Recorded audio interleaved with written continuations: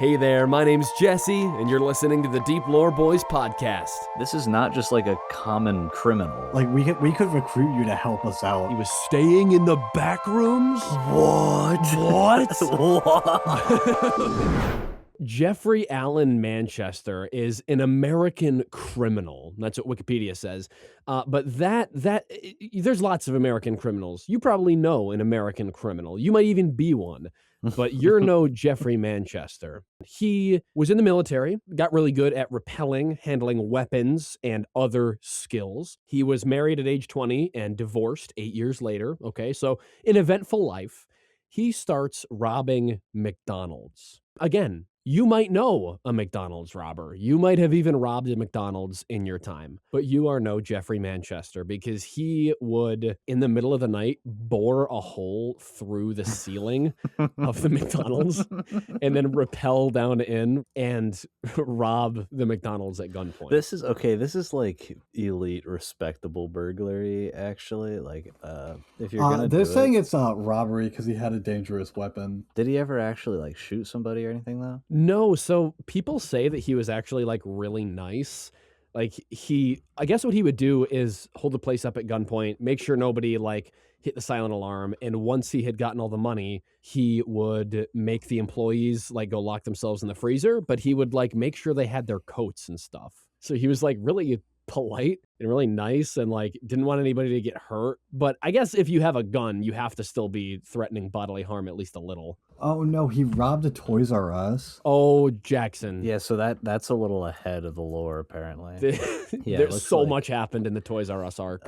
He carried out between 40 to 60 robberies. That's a lot. That's a all lot. McDonald's. Well, he was also employed at McDonald's. Hold on. Yeah, he worked at McDonald's and I guess had enough of it and was like, you know what? It's over. Like, I'm just going to steal from every single McDonald's I find. Which makes you wonder, did he have a bad experience at McDonald's that made him like, oh, I want to get back at this business. I'm going to start robbing him. Or did he start working there to like learn how things worked? Oh, you're right. Maybe he did. But why? What is with like the hyperfixation of robbing McDonald's specifically? Like, it's I mean, not this the was the most. 90s. This was like late 90s. So maybe, I mean, McDonald's was kind of popping off then. He carried out an estimated 40 to 60 robberies. Wikipedia doesn't specify exactly how he got through the roof, but it says he would drill, hack, or saw through. And I wonder how long it took. Like, I'm imagining the employees behind the counter being like, do you hear that?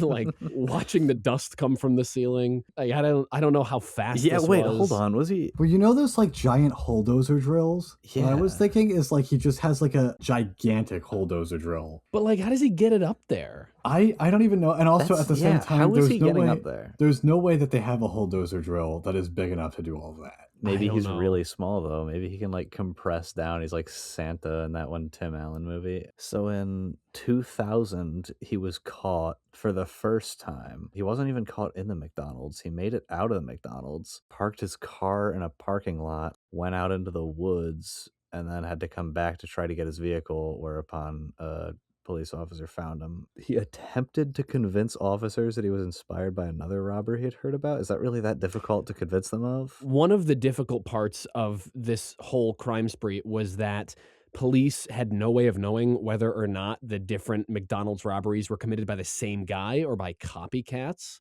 So they can't just pin all the robberies on him. I think he was trying to throw them off the trail and be like, no, I'm just the latest of many. He's like, yeah, there's a lot of us. All right, the head of my order is much. He's the one. He knows what's up. Okay, I'm just the messenger. Okay. Looks like Channing Tatum played this guy in a movie last year. Oh yeah, Roofman, a movie about this guy's life just came out. But don't watch it until you're done listening to this episode, or else spoilers. Dude, because this is legitimately only like half the story. There is so much more. I'd argue this is less than half. No, we're only at like the beginning of the Wikipedia article here. So it looks like he got arrested, sentenced to serve 32 to 45 years in prison. I don't know why they didn't. Wow, that is harsh. Okay, 45 ultimately. Yeah. Which is a lot of time for a few robberies. That's a lot.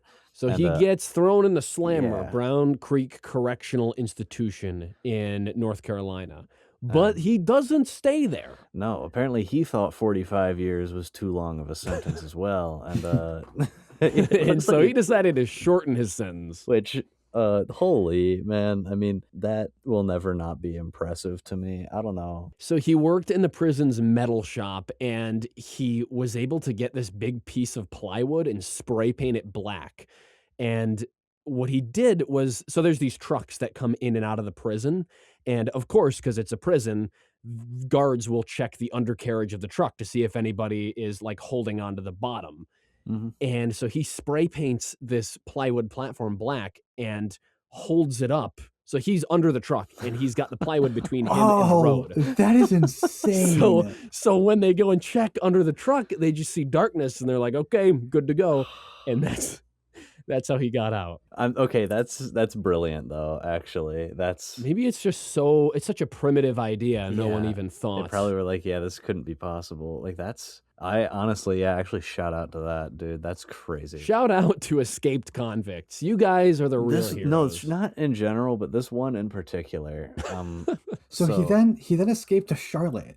Like he didn't even go super far. Yeah, he hitchhiked to Charlotte. I feel like if I was gonna get like caught and go to prison, like I would want to get totally out of the state that I was previously in. I don't know. Yeah, I maybe don't that's know just what the me. thought behind that was. I mean, Charlotte is the most populous city in North Carolina. Oh, no, it's looking like this got.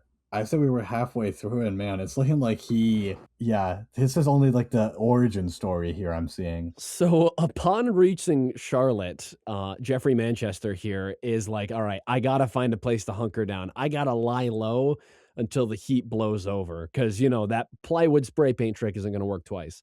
So he holes up in a Toys R Us, and Wikipedia says he was staying in the back rooms. What? What? What?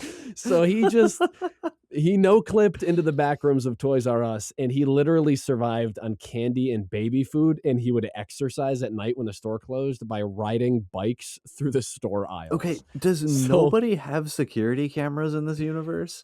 Like, Dude. what? Where is he from? I don't know, man. What? And you may think like, oh, well, yeah, I bet that lasted a long time. No, this lasted a long time. So during the holiday rush in December of 2004, he realized that there was an abandoned Circuit City like next door to the Toys R Us. He found a room under a stairwell in between the stores where he painted the walls, put up posters, and just like lived there. Like that it just became his little house in the Circuit City. And so for like a long time, he just lived in Toys R Us. Or right next to Toys R Us. Right, well, yeah, right next to Toys R Us. Yeah, but it looks like he was in there for 6 months. I'm sorry, I refuse to believe that he was living in a Toys R Us for 6 months. He was in the back rooms, okay? He set up a surveillance system throughout the store using baby monitors, and he would like adjust employee schedules very subtly, which I don't know how you do that if you like go into the break room and just like jot stuff down on the calendar, but he adjusted employee schedules to accommodate his plans. And he had big plans, let me tell you. He had more surveillance on Toys R Us than the security. Than Toys R Us. Where are their security cameras? Who is managing this store? I don't know. I don't know if they just didn't have them or what. Or maybe there were fewer then. Yeah. Anyway, he's literally he's living in Toys R Us, like in the walls. He is literally the man in the walls in Toys R Us. But he didn't stop there. You could say he's got a luxurious bachelor life here, but he wasn't content to just keep it that way. He was an American criminal, after all. He became a member of the local community. Jeffrey Manchester died, and John Zorn was born. That was his alter ego. Zorn. And so he joined the Crossroads Presbyterian Church.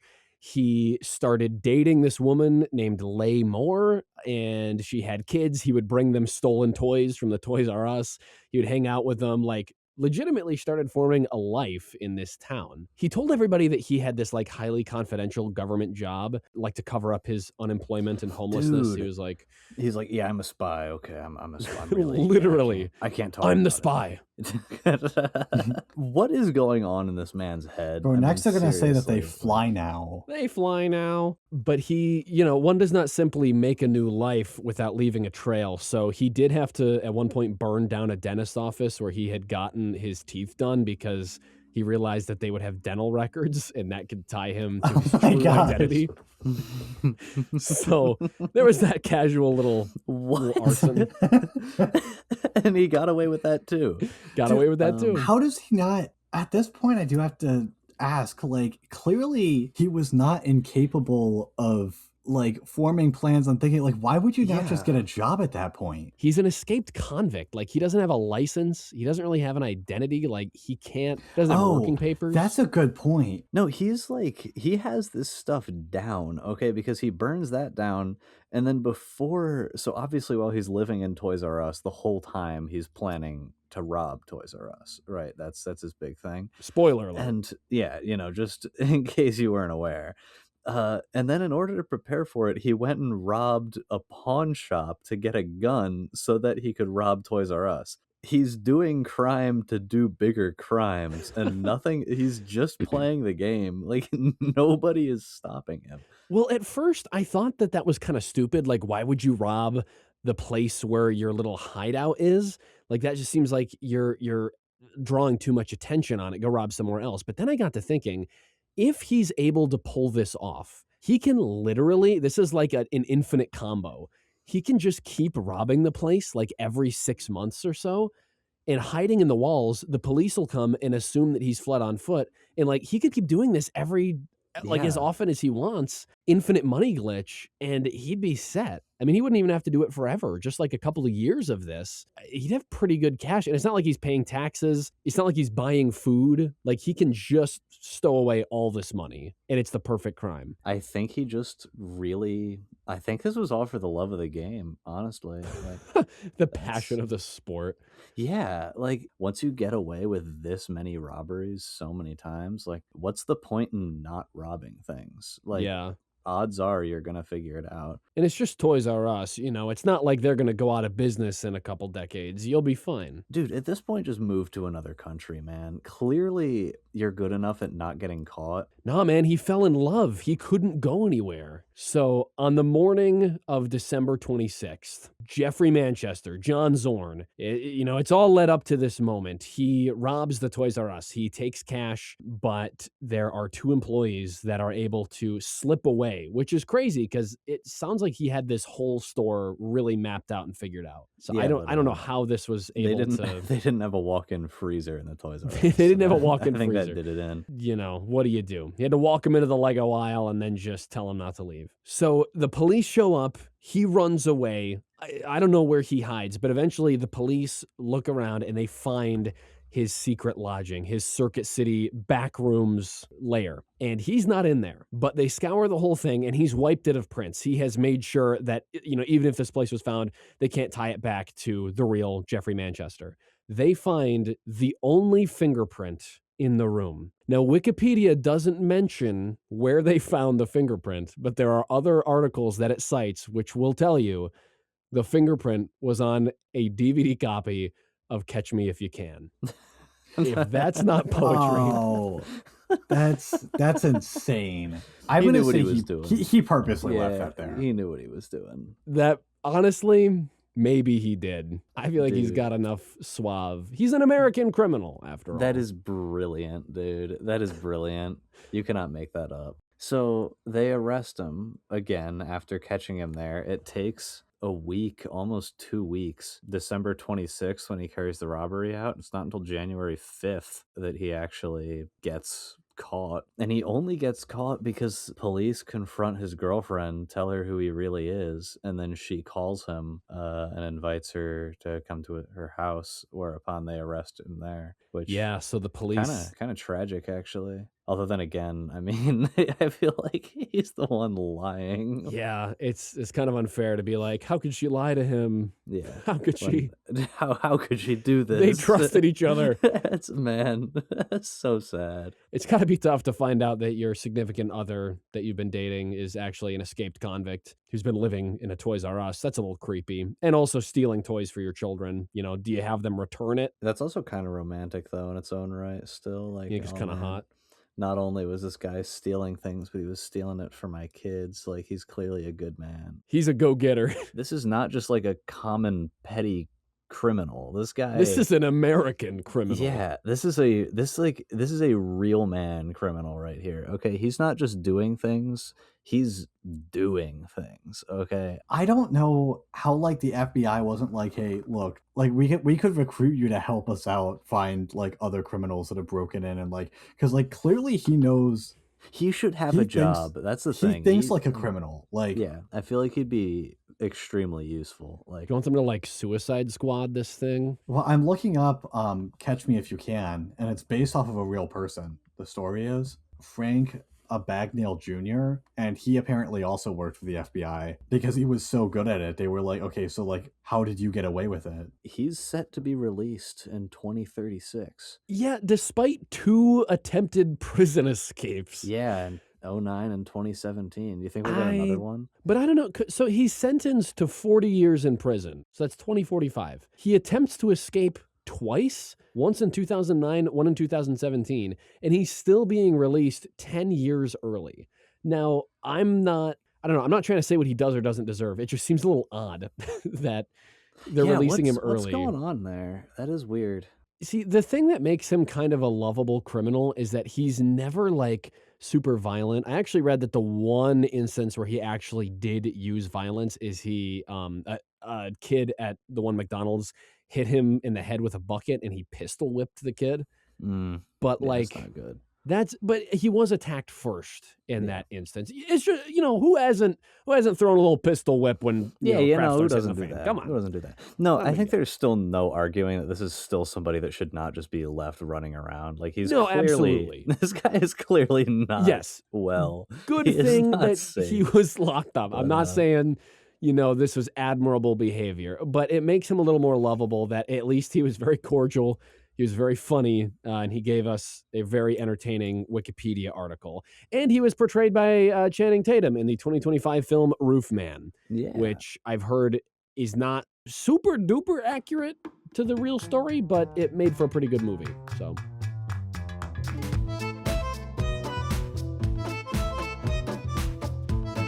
We made a bold prediction in the last podcast episode that the Gavel Goat was going to survive 2025. And Lo and behold. let's just say, not all predictions come true. I'm no Nostradamus. Matthew's no Baba Yaga. Not Baba Yaga. Who is the... What, Baba Vanga? You baba'd when you should have vanga'd. Dude, what does that even mean? I don't know. Man, Anyway, the Gavel Goat got destroyed. The Gavel Goat did not survive 2025, but this time it was not arson. It was not the wrath of a human that knocked it down. No, this was nature itself. On December 27th, just 2 days after Christmas, we all thought it was safe. But then somebody on our Discord pointed out that the goat fell over due to strong winds from Storm Johannes? Jones? I don't know how to pronounce that. I've never even heard of this storm. This was sheer bad luck and nothing else. Honestly, know- I'm extremely disappointed, actually. The more I'm learning about the Gavel Goat, the more I'm learning about just how like it's not even always humans that burn it down. It's also like it was picked apart by birds 2 years ago. It's been hit by cars. I think this is the second time it's blown over. Maybe this was the first, but like its This luck. was the first I saw that it blew over. Okay, so but its luck is just awful. It's so funny. It's like fate itself is bent against it. How could we have known when we predicted that the Gavel Goat would survive 2025? Although Man. you did say, I think it was you, Matthew, who said that you predicted it was going to be destroyed at least like 1 or 2 more times in the decade. I really did swear by that, but I didn't think it was going to be this year. I thought we were going to have 1 year safe and then next year would be the one. Alas, I was wrong. Do you guys think that we need to be punished for this? Well, hang on. That sounds... Yeah, I mean, what do you have in mind? Well, no. Hey, what do whoa. I just mean, we made a faulty prediction. We were unanimously wrong. I feel like... Do like a burnt sacrifice to the gobble goat or something? Yeah, maybe that. I was thinking apology video, but... Oh, I actually, think yeah, I could burnt record an apology sacrifice video. sounds even better. We need to find a pet goat named Joannis and sacrifice it. Or It is pronounced Jones. Johann. Yo, That's why has it got an S on the end? You ever heard like Johann Gutenberg? Yeah, Like, but I didn't know it was spelled Joannis Gutenberg. Hold Johannes. on. Hey again, it's Jesse. Hope you enjoyed this episode of the Deep Lore Boys podcast. If you did, leave a like, leave a review, subscribe for more episodes, share it with a friend. You know the stuff. Thanks for listening, and I hope your day is nothing short of interesting. Take care. I'm gonna go post that one on twitter.com.